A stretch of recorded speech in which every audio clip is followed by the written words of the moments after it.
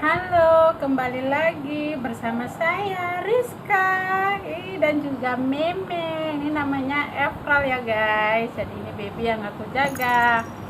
Oke guys, di video aku kali ini aku mau sedikit kasih tips buat teman-teman yang masih di Indonesia yang hendak mau menjadi TKW, yang terutama yang non ya, karena kalau yang sudah pernah ke luar negeri pasti tahu lah ya apa-apa aja yang dialami di luar negeri. Nah, terutama buat yang sangat non, ketika kalian punya keinginan untuk menjadi seorang TKW, terutama khususnya yang ke Malaysia ya, karena kalau keluar seperti Singapura, Taiwan itu saya kurang paham. Jadi hati-hatilah kalian dalam memilih agen. Jangan sampai kalian mendapatkan agen ilegal. Kalau kalian mendapatkan agen ilegal, terutama yang ke Malaysia, itu semua hak-hak kalian akan diambil oleh agen di Malaysia. Contoh, handphone kalian, KTP, misalnya kartu keluarga. Biasanya kan kita mau ke PT itu disuruh bawa fotokopi kartu keluarga. Nah, itu semua itu ditahan di rumahnya agen. Jadi kita itu cuman boleh bawa baju ke rumah majikan. Bahkan kita itu nggak ada yang namanya tanda tangan kontrak, nggak ada itu yang namanya surat kontrak ya, kalau kita ikut agen yang ilegal. Jadi kontrak itu hanya antara si majikan dan agen. Sedangkan yang saya tahu, kalau kita ikut agen resmi itu kita itu ada namanya tanda tangan surat kontrak, ada di sana yang apa-apa yang boleh dan nggak boleh kita lakukan, seperti itu ya kan. Nah, karena saya sendiri adalah korban agen ilegal, karena pada saat itu tujuan saya itu bukan ke Malaysia, tapi ke Singapura ya. Bagi teman-teman yang mungkin sudah menonton video-video saya sebelumnya tahu jalan ceritanya ya. Karena saya gagal ke Singapura, akhirnya si agen Singapura ini oper saya ke temannya yang agen Malaysia. Dan ternyata itu agen ilegal ya guys, dia nggak resmi. Jadi saya itu dari Surabaya ke Batam sampai ke Malaysia itu nggak ada namanya saya naik pesawat, tapi saya naik kapal laut.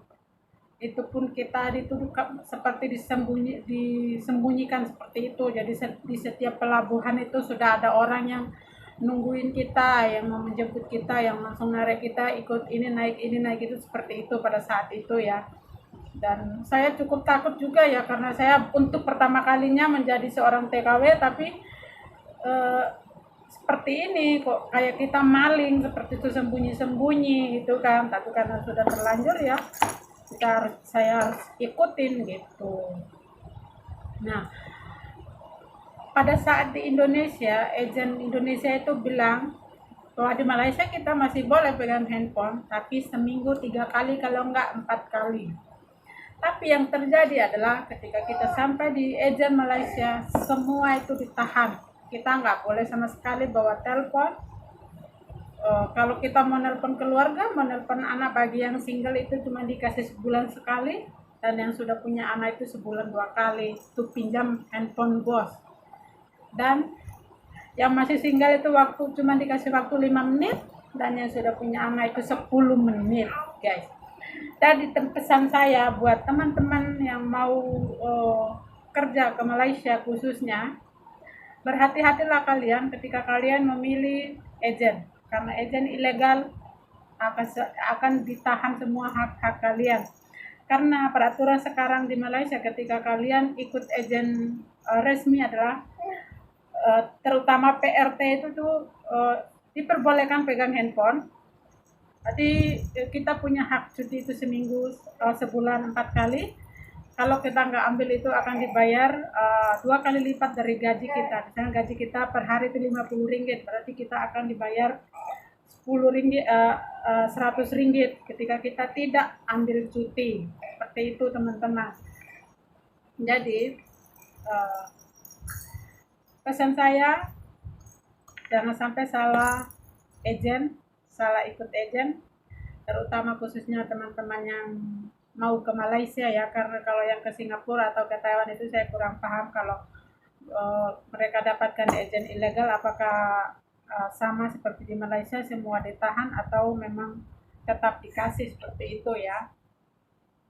Jadi buat teman-teman yang hendak menjadi TKW yang mau membantu perekonomian keluarga, semangat ya, jangan pernah takut, jangan pernah ragu untuk melangkah, siapkan mental kalian saja.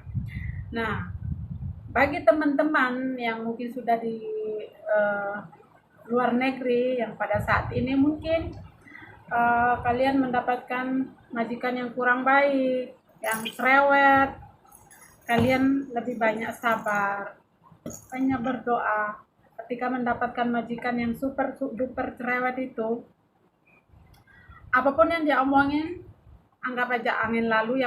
Yang penting kalian kerjanya dengan kerjanya yang benar. Gak usahlah punya pikiran untuk kabur, karena kalau kita kabur pun yang rugi itu kita sendiri kalau menurut saya ya.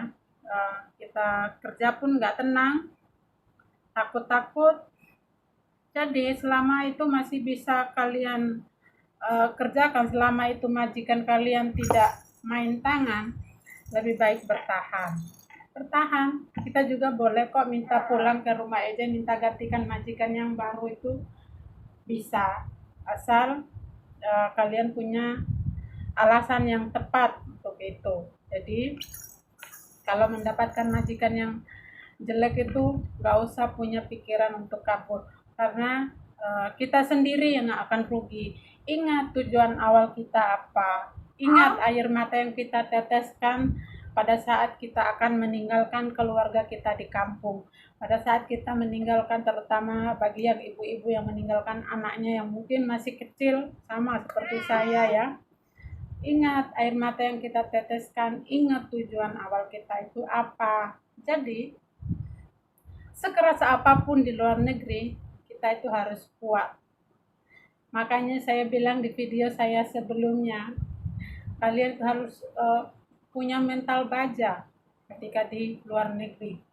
Karena yang punya mental baja itu, hey.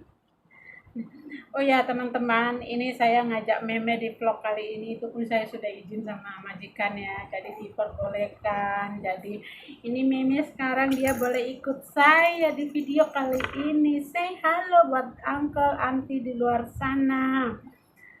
Ini umurnya baru 4 bulan guys, tapi dia sudah mau belajar duduk, dia sudah mau duduk. Jadi oke teman-teman, itu pesan saya. Sekeras apapun bekerja di negeri orang, kita harus kuat. Ingat, TKW itu adalah manusia-manusia bermental baja. Jadi siapkan, buat yang mau menjadi TKW, jangan lupa untuk siapkan mental kalian, siapkan batin kalian untuk menahan rasa rindu.